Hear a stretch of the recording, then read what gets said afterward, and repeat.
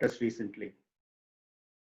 He also works as a senior consultant general surgeon at Seberang Jaya Hospital, Penang, Malaysia. He's got his FRCS degree from United Kingdom. His hobbies are varied actually. He does extensive reading, he's good at storytelling, and he had a midlife crisis in his 40s. One of his friends was interested in mountain climbing. He joined him and started climbing mountains. And then he climbed more and more mountains. Then he decided, okay, look, I've seen at the top of the world, let me go and see what's happening under the world. And then he went into diving. So he's going to share his experiences of mountain climbing and diving in his talk, which is called My Story, Awakening Adventure in Me. And welcome, Naga. And I also want to introduce my co-moderator, Dr. Subbu Ganeshan, and he's there in the studios. Naga, you can unmute yourself and share your screen.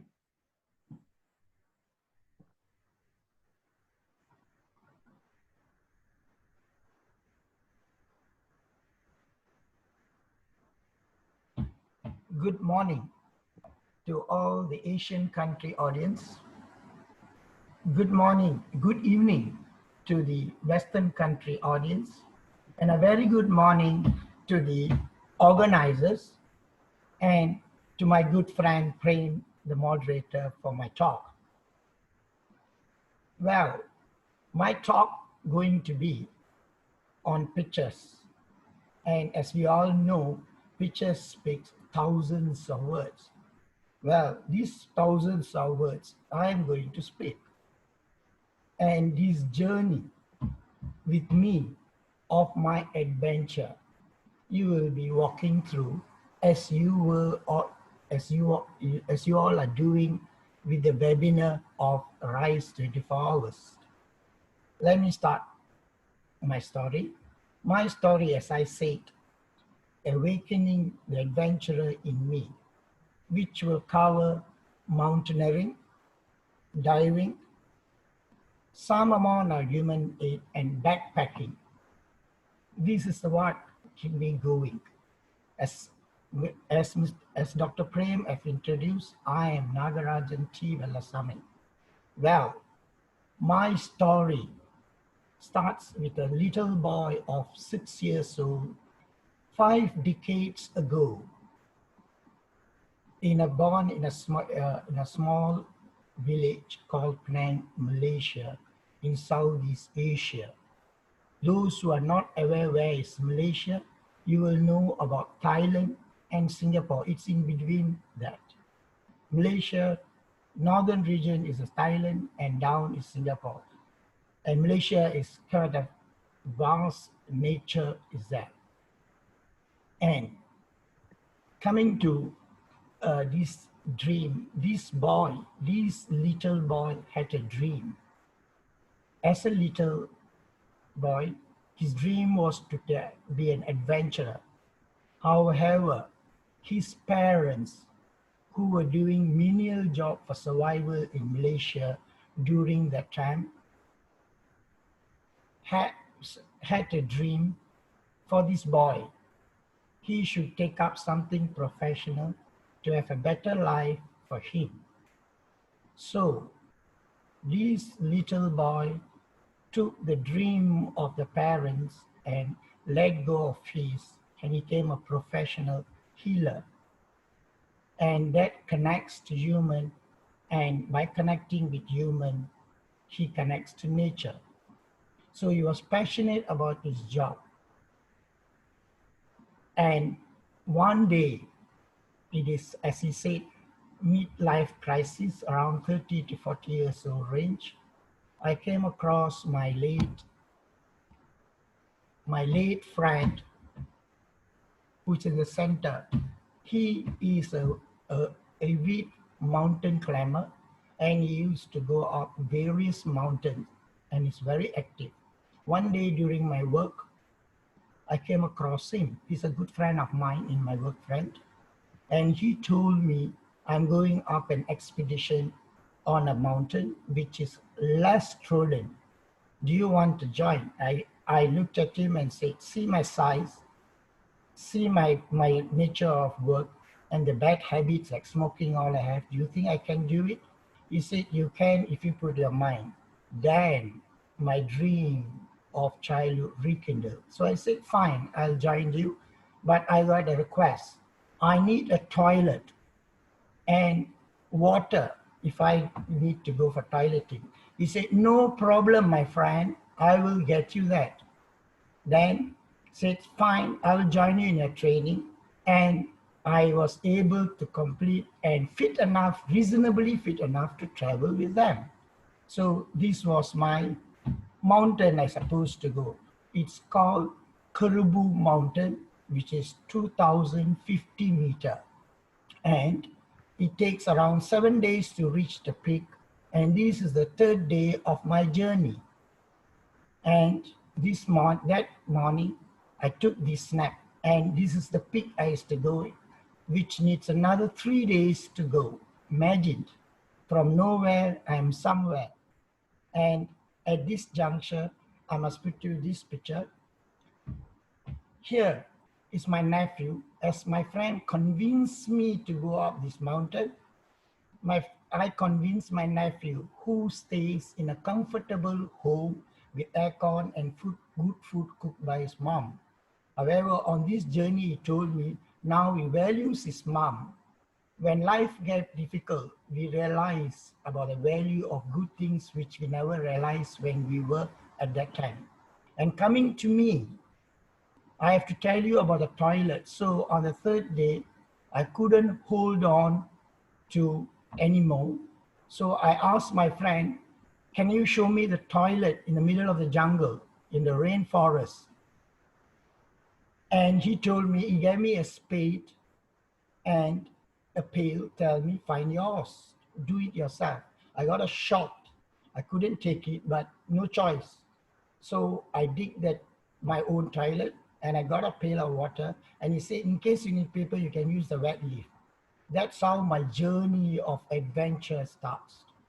And let me tell you at this juncture about rainforests, mountains, and what are the things you'll face.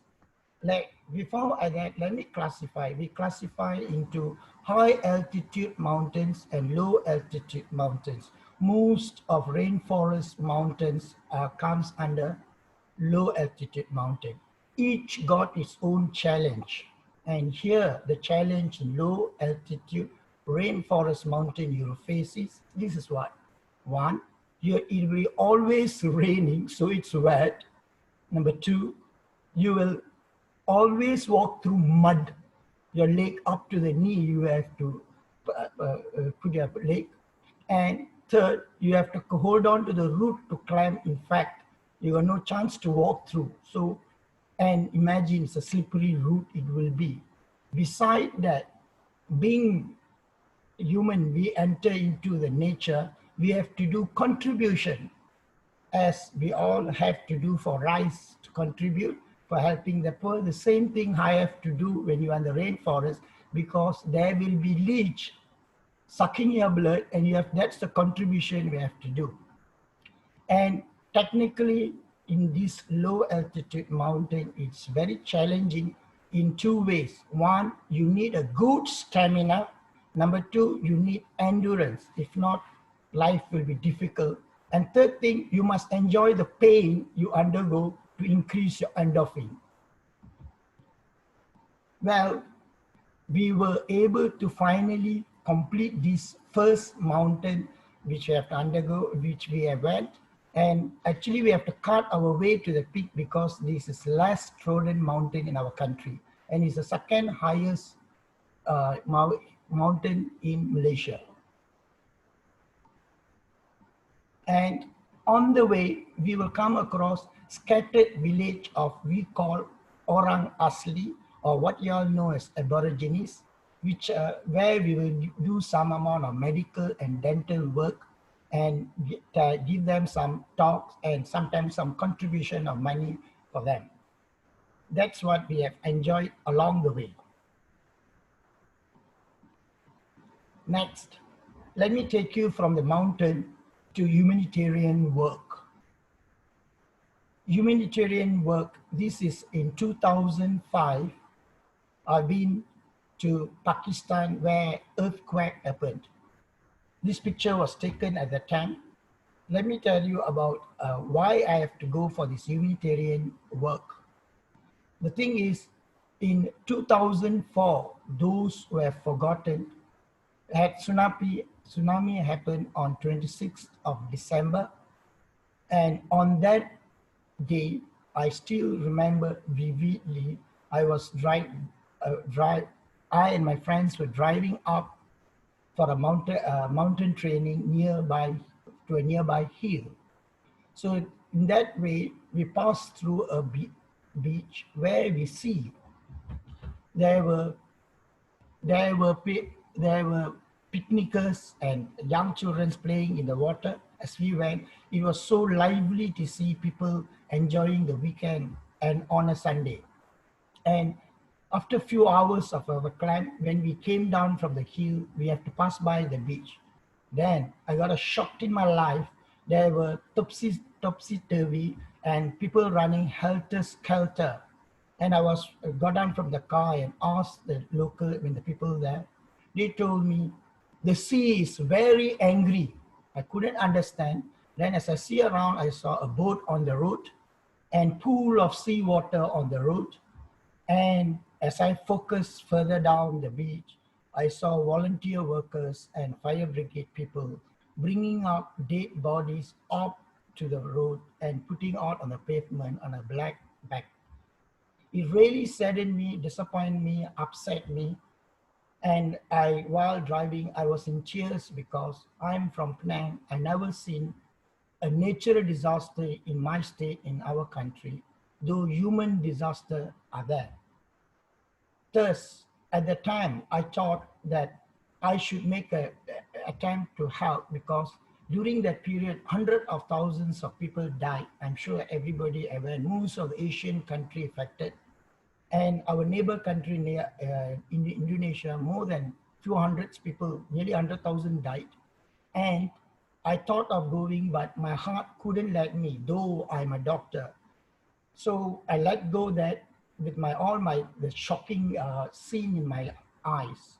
Then the following year when the earthquake happened, I made a decision, this time I have to make a difference in the life of others. So we went up to this place called Kashmir of Pakistan. And let me tell you about Kashmir of Pakistan. We all know about Kashmir of India, but not much information about Kashmir of Pakistan.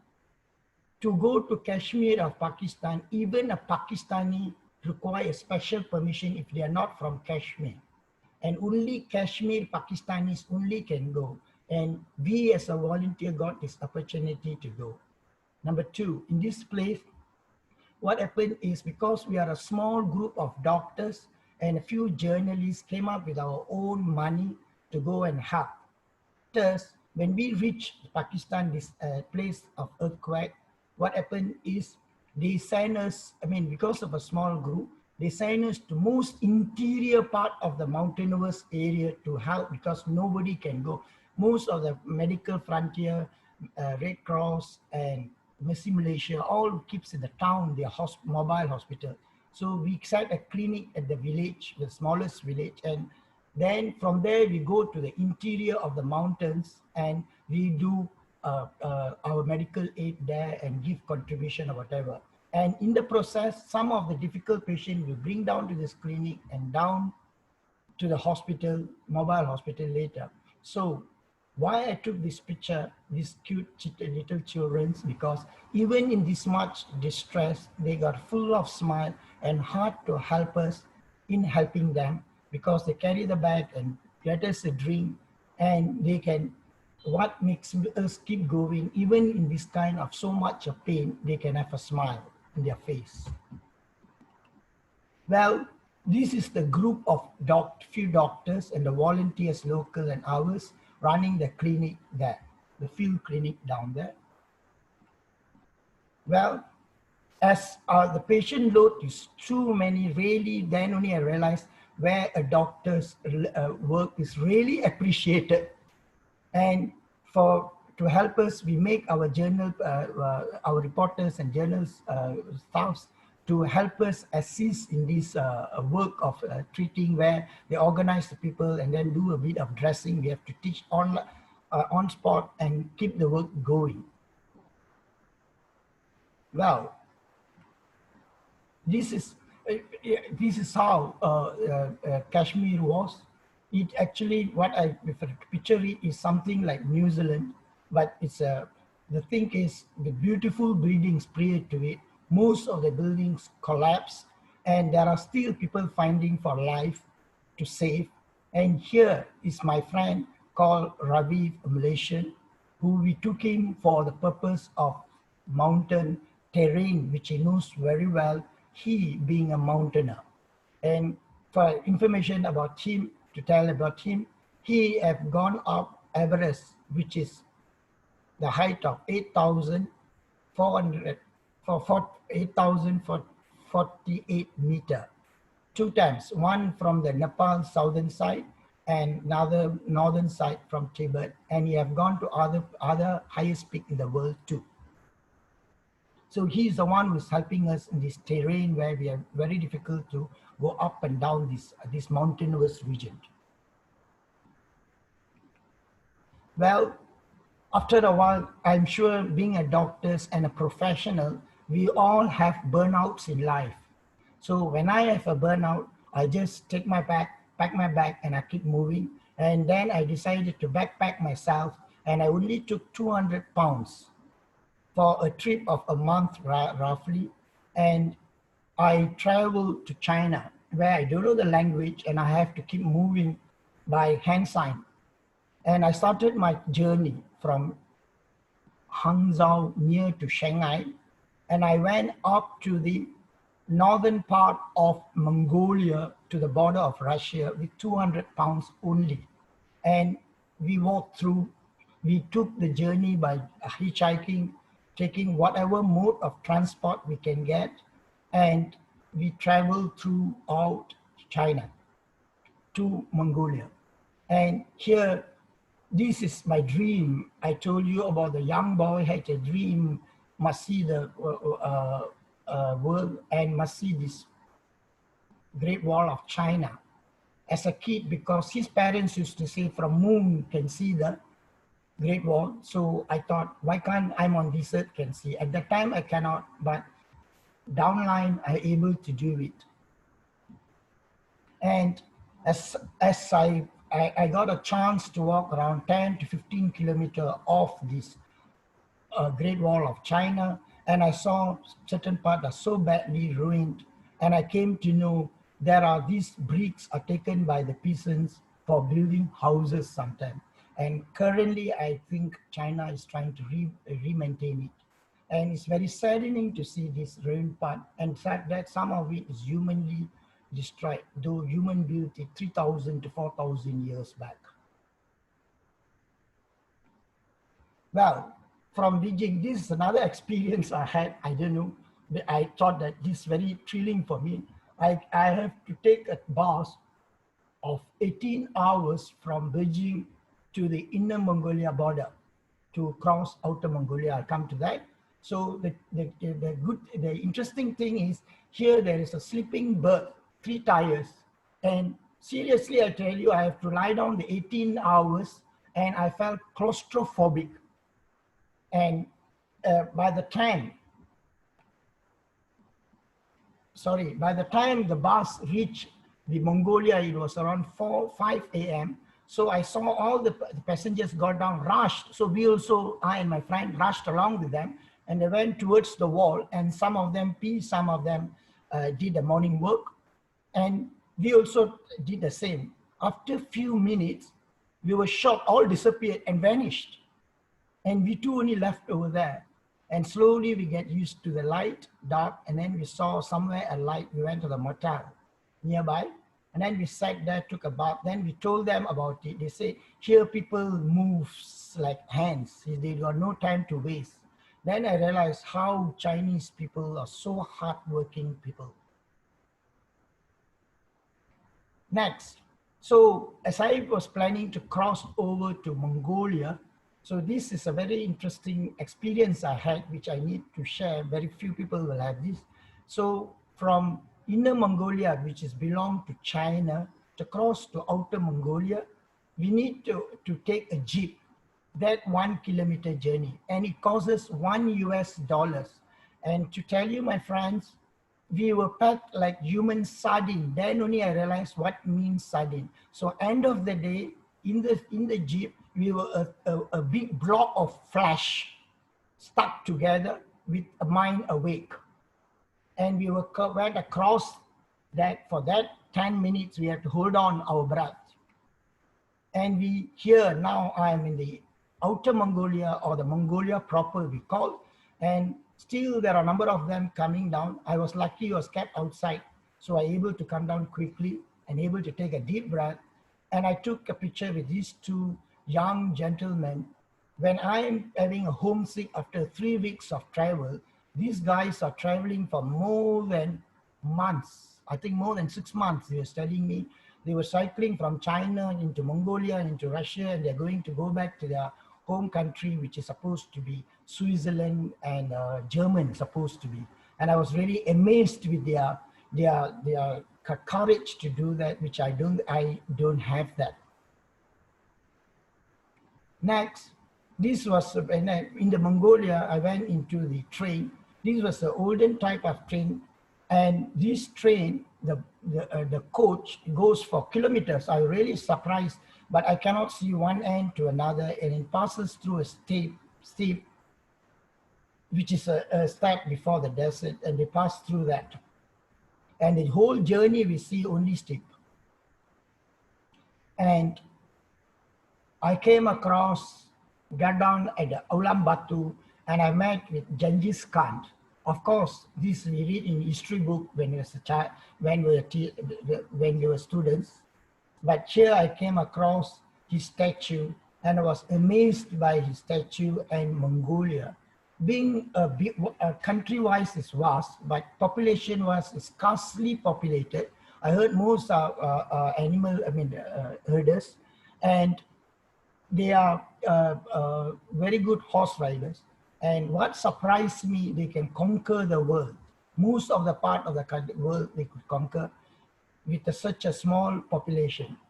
And for your info, even the Mughal Empire is originated, if you see back, to Mongolia, and to Genghis Khan. Well, here in Ulaanbaatar is the only place you can see buildings. Once you go out from Ulaanbaatar, the capital, most of the people stay in Gur. The people stay in the interior Mongolia, also in this type of tent form of place, which is called Gur. And this is around, I think, 10 to 20 kilometers away from Ulaanbaatar. I saw this a bit looks modern and a bit more dense. As we go further interior, hardly, very scattered population stays, and all of them stays in Gur. This is the interior part, Gur, and the area is mostly steppe. This is the interior of the Gur, where the whole family stay. We were staying as a homestay, and that is the heater, which is heated up by the dungs of the animals which they ran. And the basic food is full of meat, and we were actually shocked. And my friend who's sitting in the center, he's a professor of the eye, and he was shocked to see this kind of food where is boiled and barbecued meat of horse, sheep, and put forward, and the vegetables were more of a boil. And the drinks they gave us milk of all type of herd which they are having. One of the milk, I think we had drank horse milk and even a camel milk, which we are not actually very familiar with it. And this is the group we able to meet on that day, on that place. Well, next, as I told you earlier, of my low altitude mountain of Rainforest Mountain. I started off with Krubu, I told you, and I completed around 14 over mountains in Malaysia. And then I got tired of this Rainforest Mountain. I decided, why not now try high altitude mountains? So to start it, it's a different journey altogether and a different environment and weather which I have to face. Though I know it to face the rain, the leech, and the wet environment. So to that, this is where I am on the Everest base, on the way to Everest. All around, I see only mountains and no shrubs can be seen. And some of the mountains are basically like ice blocks. And here is my friend and my guide and my photographer, which I took this snap, and this snap came out well. It's not because of me, because his guidance. And you can see behind like a stream passing by. That is called moraine. Moraine is a moving earth, which is most of the Everest you'll find it. And that's one of the reasons they say Everest is always moving. This is another picture of with my guide, and this is almost we are going to reach the base camp, and basically it is ice block and ice we are walking through. And here I have to tell you the different, as I told you just now, the technical difficulties you'll face in low altitude mountains. Now in high altitude mountains, these are the things you will face. One, most importantly, oxygen is very low. In ground, when you come to our level, you have 100% oxygen. When you are in 5,000 meters above the earth, you have only 50% of air available, oxygen available in air. You cannot fathom it, but let me make you realize it. The thing is, even you want to eat is difficult. Now all of us are sitting and watching this talk. Nobody is aware of your breathing. We don't give importance to it, but breathing comes so much labor that you're very aware of it.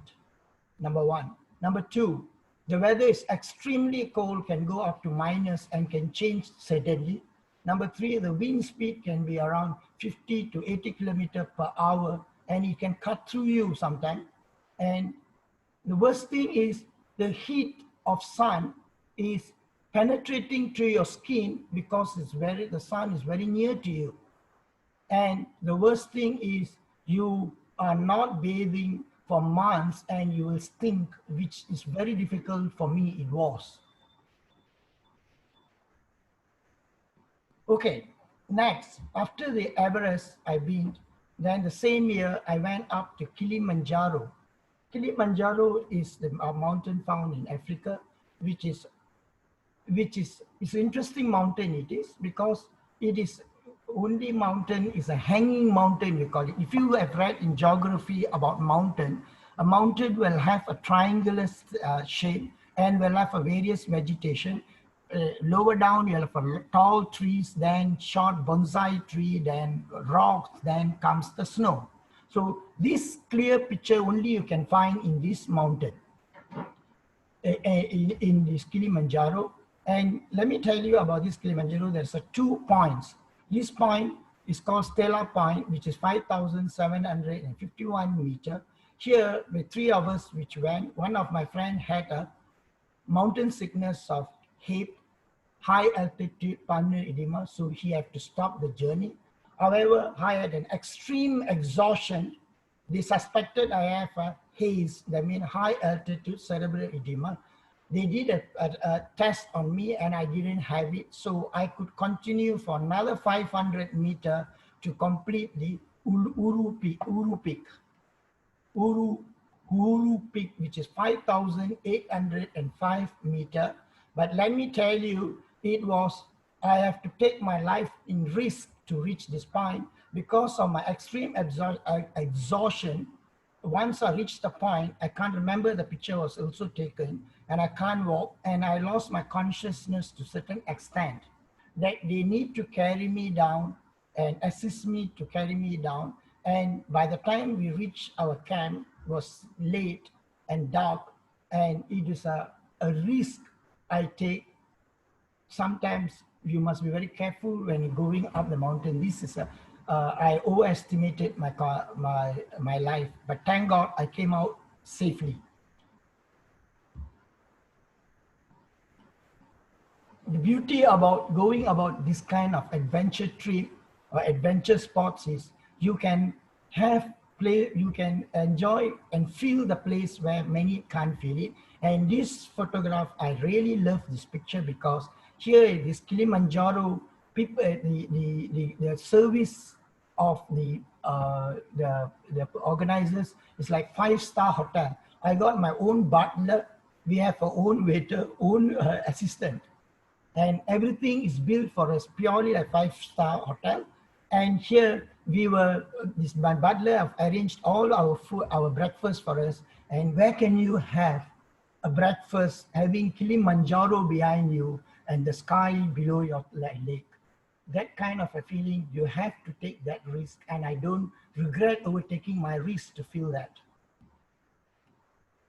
Well, as I told you, I did a mistake in Kilimanjaro, putting my life in risk to complete it.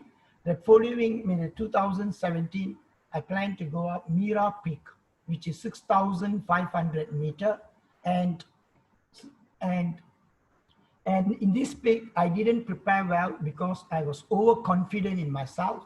And this peak, this Mira Peak is opposite to the Everest path, so nobody ventures into it. And I have don't, I mean, when I went up this path, only 3 hours walking, my porter, myself, and the guide, and we have to build our tent, and we have to walk on thick snows, and hardly we meet people. And I didn't prepare, and I took it lightly because of my previous experience.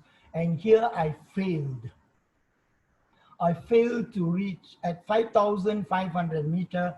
I had a HAPE, that is high altitude pulmonary edema, where I have a tightness, and then I feel difficult to breathe. And then I don't want to do the same mistake like Kilimanjaro. I abandoned my attempt and turned back. And it was a good decision because life is more valued than completing certain thing, because you can always go back and do it. But if you use your life, you waste it, the chance in this earth. Well, this is the picture to show you we have to walk alone, and almost hardly I meet people, and I get a homesick, people sick, and live in this place where everything is white. Well, as I told you, I was going up these mountains. I saw so much beauty which I can't appreciate when I'm on the flatland. Then I decided what more beautiful things will be in under the water, under the sea. So I decided to go for diving. So let me tell you, I took diving at 50 years old. And before that, I don't know swimming. And I have to tell you this, for scuba diving, you no need to know swimming. But however, I thought if I'm going to play and get used to water, I need to learn to swim. So I learned swimming at around 50 years old, and I completed, I able to do 5 kilometer non-stop. Then I took up this diving. It's another journey into a difficult process at that age to get into it. So age is no limit, they say. My dream was to do it as a child. That child I told, so I took it up. And I tell you, my friends, it's a wonderful place. What you have on this flat land, you have it down there. You have a garden, you have beautiful creatures. And one thing I must tell you about, once I told about creatures, you know, the underwater, the animals, I mean the creatures, the fishes and the turtle and things, they're very friendly towards. They don't know that humans are harmful like the land animals. The land animals will run away from us, but these sea animals, sea creatures will come towards you. They think you are part of them. So that's why they are easy to be harmed compared to the land animals. Well, you see that this is called coral park undersea, and there is colors. You can get it. Whatever colors, fishes you can see, whatever plants you can see, such a wonderful feelings you will have. And let me tell you about, again, the lungs. I give a lot of, everybody gives importance to the heart. I give importance to the lungs. Though the two lungs protects the heart, and it is the one who connects to the exterior, to the interior of our body, but we don't give much importance to it. But it's what keeps us going. And coming in under the water, breathing is the one who maintains your life. And most importantly, when you dive, we have mental chatter. I'm sure while many of you all are listening to me, your mind will be disturbing. Must I sleep? Must I eat?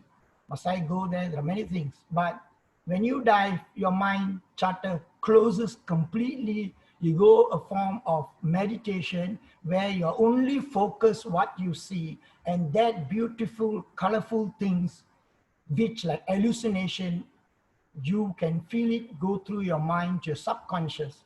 That kind of a feeling, you can't get it unless you make this backflip and plummet into the water, believing in yourself and believing in the God, and venture into the adventure you want to go. If you can't do it, then can't. So next, so once I made that plummet into the water, then I decided, so scuba diving is where you use gadgets to help you to maintain breathing. It will be noisy inside, and the bubbles will be disturbing the underwater creatures, and you can't go near sometimes this water, the disturbance. So another thing is you have to depend on it. So I took up free diving. Free diving is you don't have any gadgets. You have to learn. It's nothing. Usually we used as a kid jump into the waters in rivers. But here you have to learn the proper technique where you have to learn meditation. You have to learn respiratory control of meditation. Pranayanam, you have to know that. And then you have to, by learning to hold the breath in a proper technique, you have to dive in. And to your information, I can hold my breath for 2 to 3 minutes. My instructor around 5 minutes. World record of holding breath and underwater and swimming and moving in underwater can up to be 19 minutes. So in that sense, you can go and see the creature as near as possible, and they will take you as you are part of them because you move along with them. Why I took this is, one, to have a better look when I want to go for snorkeling or what, I can go do a free diving and go near to them. Number two, when I do free diving, so I come better in my respiratory control. So when I'm doing my scuba diving, I can hold my breath and go longer and more deeper to see things. Well, this is one of the mock rescue or free diving we have to do. Somebody will act like drown and you have to bring up in that 2 to 3 minutes where I can hold up to the surface.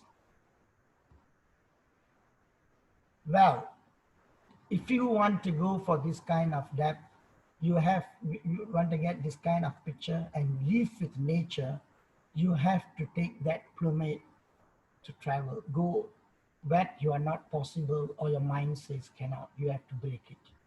And for now, for all of you all, for patiently traveling with me, my experience as an adventure of nature.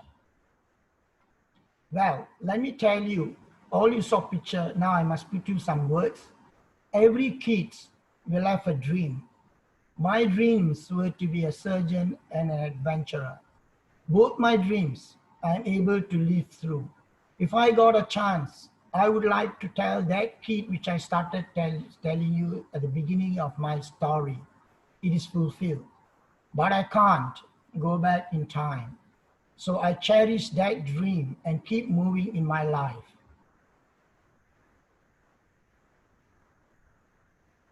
Take home message.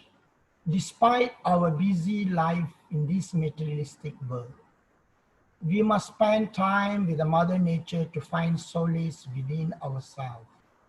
Thus, getting involved in mountaineering and diving gives this opportunity to interact with nature.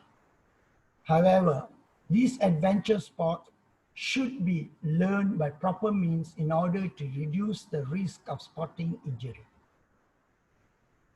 Thank you from bottom of my heart. This picture, I'm doing it for you all. Many of you can't get a chance where to be above the earth, above the sky. This thank you and namaste to you all. Thank you, thank you, thank you. Yes, Prem, now it's to you. Thank you, Naga, for the fascinating talk. I'm going to ask Subbu. Subbu is one of our RISE trustees, one of the man behind this RISE webinar. And he also has done Kilimanjaro. He has climbed Kilimanjaro recently. So I will ask him to ask questions. Hello, Naha. Thank you for your impressive talk. It was wonderful. So I really enjoyed your talk, and I admire your adventurism. And Prem, you was telling me, I think in the beginning, you have two boys, is it? Yes, yeah. I have a lot of questions, but I will start by asking a couple of questions to start with. How come you get this much of motivation to do this kind of adventure trips, number one? And number two is sort of what makes you to keep it going this way? Very interesting question. You are touching my deep into my heart. I have to answer from my soul this answer. The first question is why I'm keep doing it. Actually, I put the picture, the beginning of my my talk. My friend, I told you, my belated friend, that is actually the avid mountain climber. He is my best of best friend, like praying to me. And this friend of mine, after one of our mountain trip, he met with an accident and died. But to keep him in my heart, he likes this adventure sports. So I continued down with that until now I do it. And I always, when I do all this adventure thing, I feel that I fulfilling his wishes. At the same time, I feel satisfied because he's like part of my soul. That's how my journey goes on for your first question. Because of that friend of mine who started me, I continuing the journey he left. Number two, sorry, what was your question just now, number two? I couldn't. So what keeps you, what makes you to keep it going? One, the thing is keeps me going is, as I told you, my parents' dream to be a professional. And I do it with sincere heart of mine being a surgeon, and I'm proud of it.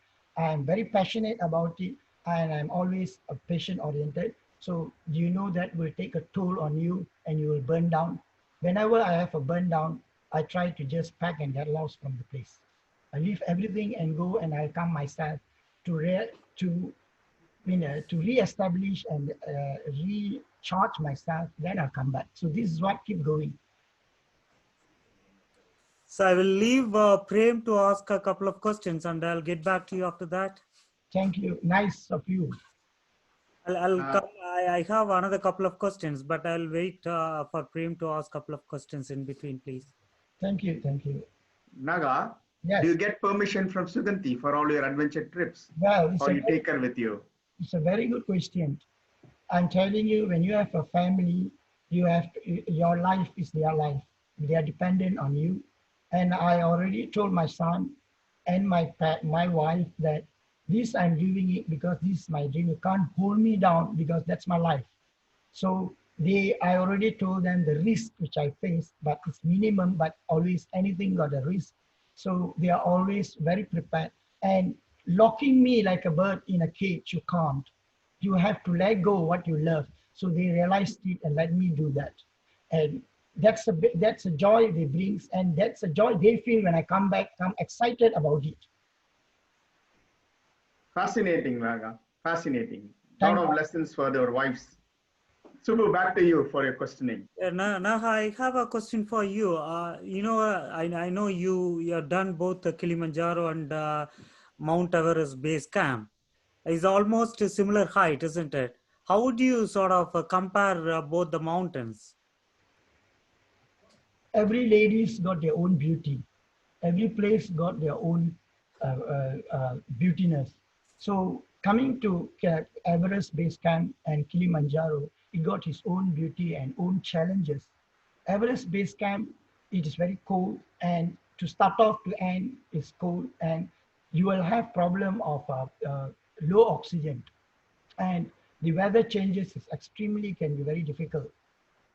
But the beauty is every place, it's actually a journey where it's enjoyable because every place you have a village, it's like, it's supposed to be the Everest Base Camp track is walking through the oldest track, I mean, a road on the mountain. It is very enjoyable actually. That in that way it's nice, but it got its own challenge, as I said. And coming to Kilimanjaro is a hanging mountain. The beauty is you'll go from a hot weather to cold weather, and then the exact mountain you want to see, you can see the tall trees, and then the bonsai, and the rocks, and then you come to the snow. No? So that beauty is we found that. And then the care, I tell you, both everywhere they have their own good the organized what is it, the guides, the organized interesting. But Kilimanjaro is excellent. It is like, seriously, I tell you, you are staying they treat you like you're staying in a 5-star hotel. They have a butler. Even I go to a toilet, there's a person to take care of the toilet. I was so impressed with the way they think. That's the thing. But the challenges are both are a type of, once you go around 5,000, 4,000 and above, it's already in a high altitude mountains already. So that challenges will be nearly the same. You need this, most importantly, a good, strong mind that to go, because it is a different challenge. And then you must able to take the right decision at right time, because it depends on the risk of losing your life or injuring yourself or completing it. So that is a challenging thing I find in high altitude mountain, because sometimes we think that we invest so much money on it, so this is the only thing, my holiday and thing must do it. No, this is what I learned from Kilimanjaro. That's why I gave up in peak, because always I can go again. It's a challenge within me. I'm not challenging or showing the world. So that's how I take it. That's very interesting, So I went to Kilimanjaro last year, and I'm still couldn't believe myself I did it. Reason being that I went there without any preparation, and I underestimated that, but somehow I achieved it. I don't know. It's my willpower, or as you mentioned, it's a sort of a strong mental character. I don't know, but I couldn't able to, tell my friends that I have done it. They don't believe me. Now he showed us a certificate. Remember, it's not to show others, it is show us. Always I take it, the challenge is within me. I don't challenge anybody. That's how I'll put it. Because if I challenge somebody, then I have to go beyond where I cannot. And I don't want to take the risk. It's a joy. Every time you endorphin, dopamine, and oxytocin should be secreted when you do tough things, that joy you must have. That's what I go in. If that doesn't, I don't. Sorry, just I want to ask you, did you had any preparation time before climbing Kilimanjaro? What did you do? Yes, I was very, very fit because I don't want to take any risk, because I'm so used to that's why I'm amazed that you are telling that without preparation you are going. I didn't take that risk because I went through these low altitude mountains, which, different endurance challenging, here, different environmental challenge. And then I'm not used to the weather like you all. And second thing, I'm not used to low oxygen. So I really did a proper training. That's what I could do it. And the point is, that time I went, after going to the Kilimanjaro, I struggled a bit. The reason is, after we are going up Everest, I changed into a vegetarian, because the Kumbu mountains gives the feel of holiness. If you go there, you will feel, somehow you will feel your holiness within you, because that place, I don't know, I had that. So I changed to a vegetarian. So in our country, it's very difficult to get, and I'm being a non-vegetarian, vegetarian, find it difficult. So when up this mountain, I had really a diet problem. That's one of the reasons I think I couldn't do it. I mean, I had a struggle. So thank you, Naga, and I will leave it to Prem for his closing remarks. Thank you, Na. Nice talking to you. Nice talking to you all also. Naga, I just wanted to, if you want to give a message for somebody who don't know mountaineering or scuba diving, so how should they prepare? What should they do?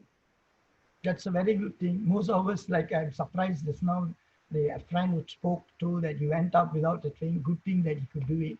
That is sometimes you cannot take luck and chances when you're going up this kind of doing adventure sports. You have to really train for it and then read about it and find what are the problems you'll face in this kind of mountain or the terrain you're going to go, and then get somebody to guide you for mountaineering. Scuba diving, my friends, there is a proper way. You have to get a license. Okay. For first, you must get a license for this called what is that fun diving, which we are most of us do it, which we can go up to 18 meters. Okay. After that, you have to advanced diving license. You must get each of it can cost, and then every time they have this license you get. That's most important. So there they will teach you everything, but don't try it out without getting this license. Second thing is, I want to tell you, getting a license, I want you to know, most of us, they get a license, they go once a year for diving. That's a bit, youngsters can do it. I think it's a risk. You have to, it's anything like an art, you have to keep practicing it and constantly doing it and come better. To me, you ask me when I'm doing my scuba diving, I only can last 20 minutes. If you ask me around 5 years back, now I can go up to 1 hour. So it is all is practice makes perfect. But get the license, do it the right way. Thank you, Naga, for the fascinating talk, and thank you for supporting RISE. So we'll finish the talk there. I also want to talk everyone who have been keeping awake to listening to Naga's talk. And also thank you for all for your contribution to the Banyan charity. You have so far raised nearly 1,860 pounds. Thank you very much. And we are going to have an interesting talk on kidney health. I invite Dr. Badran, and he's from Australia, and the moderators, Saran, Bala, and Gopi, and they'll be joining soon. Thank you.